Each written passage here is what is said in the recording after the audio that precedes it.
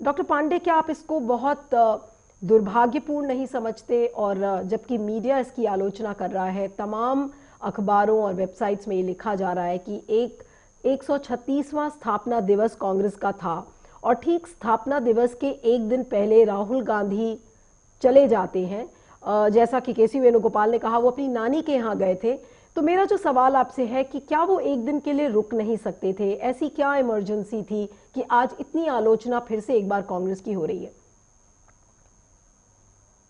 देखिए नीलू जी, सबसे पहले तो मैं आपके दर्शकों को कांग्रेस की तरफ से कांग्रेस पार्टी के 136वें स्थापना दिवस पर बधाई देता हूं, और मैं धन्यवाद भी करता हूं कि 136 सालों तक लगातार देश की जनता ने कांग्रेस पर भरोसा जताते हुए कांग्रेस के साथ खड़ी रही। ये सच आप कह रहे हैं नीलू जी, कि निश्चित रूप से ये दुर्भाग्यपूर्ण है कि अगर कोई व्यक्तिगत रूप से अपने परिवार के किसी सदस्य की बीमारी पर या उनसे मिलने वो जाते हैं, तो वो एक खबर बन जाती है, और एक प्रोपेगंडा वाली राजनीति के तहत भारतीय जनता पार्टी राहुल गांधी जी को घेरने का प्रयास करती है। आज राहुल गांधी जी कांग्रेस के प्रेसिडेंट नहीं है, और वो एक ऐसे समय पर उनको यहां से निकलना पड़ा है जो निश्चित रूप से कोई भी जा सकता है। ये भारतीय जनता पार्टी नहीं है नीलू नहीं, जी, ये आपने कहा कि कांग्रेस राहुल गांधी पार्टी जी है, जहां प्रेसिडेंट पर नहीं है। आपने कहा राहुल गांधी प्रेसिडेंट नहीं है डॉक्टर पांडे, लेकिन अभी कुछ ही दिन पहले जो 19 दिसंबर को मीटिंग हुई थी, उसमें रणदीप सुरजेवाला आपके लीडर ने कहा कि 99% लोग अभी भी कांग्रेस में राहुल गांधी को ही प्रेसिडेंट देखना चाहते हैं। तो एक ऐसे समय में जब ये सवाल खड़े हो रहे हैं, तो इसमें क्या गलत बात है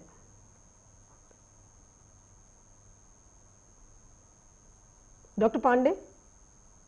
अगर राहुल जी प्रेसिडेंट होते तो भी इस मौके पर, मेरी आवाज आ रही है नीलू जी, जी अगर जी, मैं राहुल जी सुन सकती हूँ प्रेसिडेंट भी आपको, आप होते बोले। तो मुझे लगता है इस मौके पर कोई भी जाता।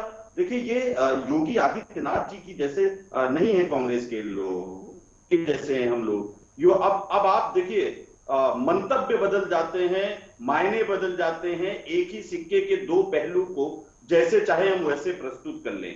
योगी जी के पिताजी का देहांत होता है और योगी जी नहीं जाते हैं।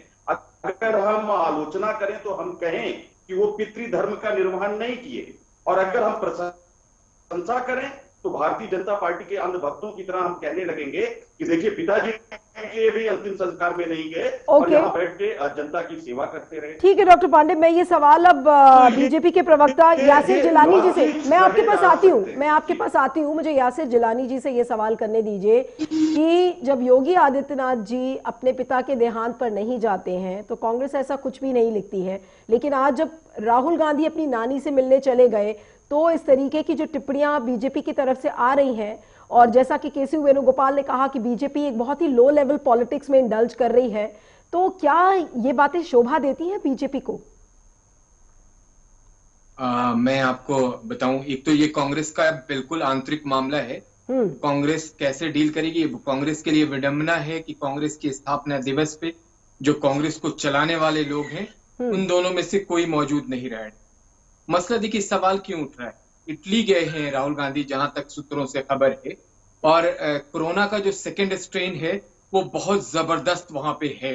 और उनकी, अगर वो, ये कांग्रेस के लीडर ये भी कह रहे हैं कि अपनी नानी से मिलने गए, उनकी तबीयत खराब है, तो क्या कांग्रेस के जो अभी जो अध्यक्ष नहीं है, अध्यक्ष हो सकते हैं, क्या वो कोरोना महामारी के लिए जो तमाम दुनिया में गाइडलाइंस है उसको फॉलो करेंगे जाके वहां पे? वैसे ही ओल्ड एज का अगर कोई बंदा इस वक्त बीमार है, उसके साथ जो गाइडलाइंस है उसके अकॉर्डिंग अगर वो इटली जाते हैं तो पहले उन्हें अपने आप को क्वारंटाइन करना होगा, और उसके बाद जब वो भारत आएंगे तब भी उन्हें आके क्वारंटाइन होना पड़ेगा। नहीं तो यासिर ये जी, क्या मुझे सारे के सारे रूल यासिर जी को मुझे फॉलो ये करेंगे बताइए, राहुल गांधी जी? नहीं मुझे ये इसलिए बताइए सवाल हो यासिर रहा है। जी, बाकी यासिर जी, बीजेपी की प्रॉब्लम क्या है? राहुल गांधी की गैर मौजूदगी या राहुल गांधी का कोरोना के टाइम में अपनी नानी से मिलना? इसको थोड़ा सा स्पष्ट करिए कि आप, बीजेपी को प्रॉब्लम क्या है? बीजेपी को कोई प्रॉब्लम नहीं है, बीजेपी से कोई मतलब भी नहीं है कि आप कहां जा रहे हैं। लेकिन जब आप एक तरीके से, कल कल तक आपने किसान भाइयों को, जो अन्नदाता हमारे सराउंडिंग के बाउंड्री पे बैठे हुए हैं, उनको जब आप भ्रमित करते हैं, उनके अंदर भ्रम फैलाते हैं, उनको उकसाते हैं, और उकसाने के बाद आप इटली चले जाते हैं छुट्टी मनाने, तो सवाल आपको एज ए अगर एक लेमैन है, जो कॉमन आदमी है, वो भी सवाल करेगा, क्योंकि आप विपक्ष के बड़े लीडर माने जाते हैं, आप संसदीय कमेटियों के मेंबर हैं, आपकी जो प्रेजेंस है उन कमेटियों में, पार्लियामेंट में जीरो आती है, तो लोग सवाल आपसे उठाएंगे, करेंगे कि आप जो राजनीति कर रहे हैं, ये मैं बार बार इसलिए कह रहा हूं कि ये आंतरिक मामला है कांग्रेस का।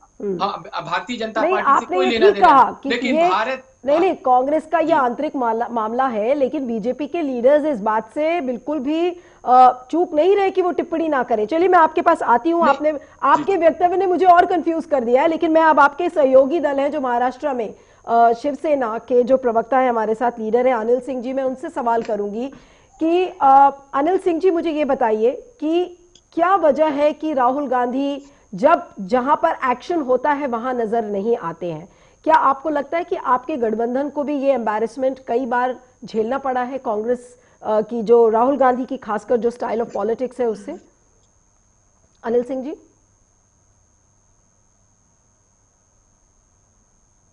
अनिल सिंह जी से लगता है संपर्क टूट गया है। मैं राजेश के पास जाना चाहूंगी। राजेश, आज जो ये पूरी तमाम जो राजनीति हो गई है, 136वां स्थापना दिवस, राहुल गांधी का वहां पर ना होना, बीजेपी का ये भी कहना कि नहीं ये तो कांग्रेस का आंतरिक मामला है, लेकिन फिर भी उन्होंने टिप्पणी की और एक राजनीतिकरण पूरे आज इस 136वें दिवस का हो गया।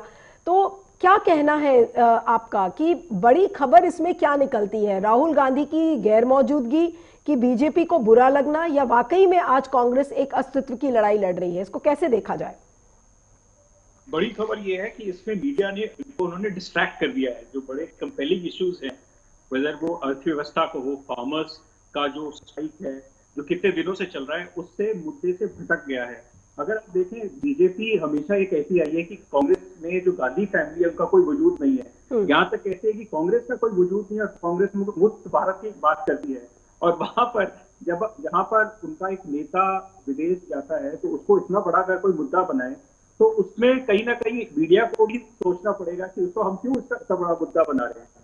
दूसरी बात यह है कि इन्होंने पार्लियामेंट की बात कही कि राहुल गांधी ने पार्लियामेंट के जो सेशन अटेंड नहीं करी, उसमें हमारे यहाँ विंटर सेशन ऑफ पार्लियामेंट नहीं हो रहा है, उस पर कोई विचार नहीं हो रहा है, उस पर कोई सवाल नहीं उठाया जा रहा है। तो क्लियरली मेरे ख्याल से ये जो चीजें हैं ये हमको सोचनी पड़ेगी, मीडिया को भी सोचना पड़ेगा कि किस तरह के मुद्दों को सुबह से उठाते चल रहे हैं, कौन से मुद्दे हैं जो होने चाहिए, जो रियल इश्यूज हैं, जिससे आगे बढ़ते हैं, और एक तरह से जो नैरेटिव बिल्डअप होता है उसको किस तरह से बढ़ाते हैं। हैविंग सेड दैट, ये भी कहूंगा कि राहुल गांधी का जो एक रवैया रहा है वो एक ऐसे पॉलिटिशियन का रहा है जो इस तरह से जब ऑप्टिक्स की बात आती है वहां पर वो चले जाते हैं और उसको मीडिया को हाईलाइट कर देते हैं, मीडिया को एक तरह से स्नोबॉल करके एक बहुत बड़ा मुद्दा बनाया जाता है।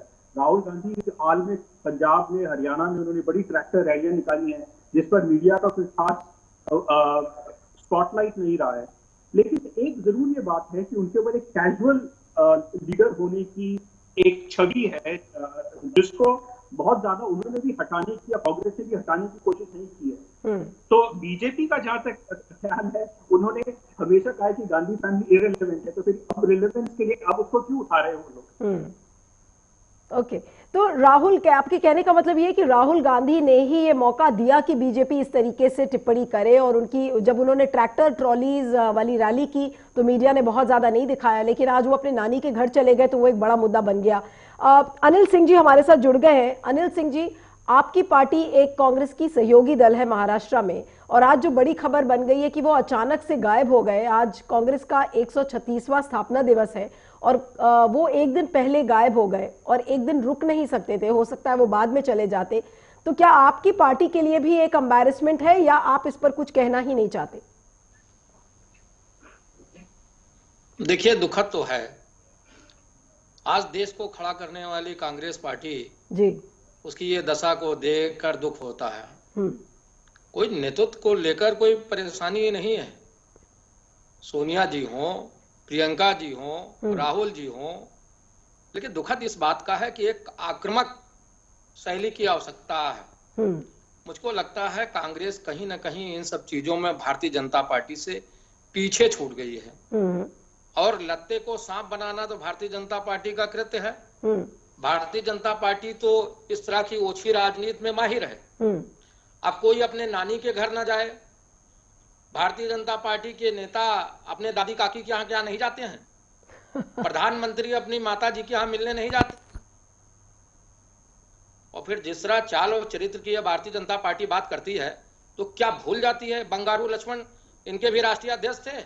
क्या उन्होंने तो दूसरे के चाल और चरित्र पर पहले उंगली उठाने से पहले भारतीय जनता पार्टी को चिंतन करने की आवश्यकता है। कांग्रेस पार्टी ने देश को खड़ा किया है और देश की सबसे बड़ी पार्टी है।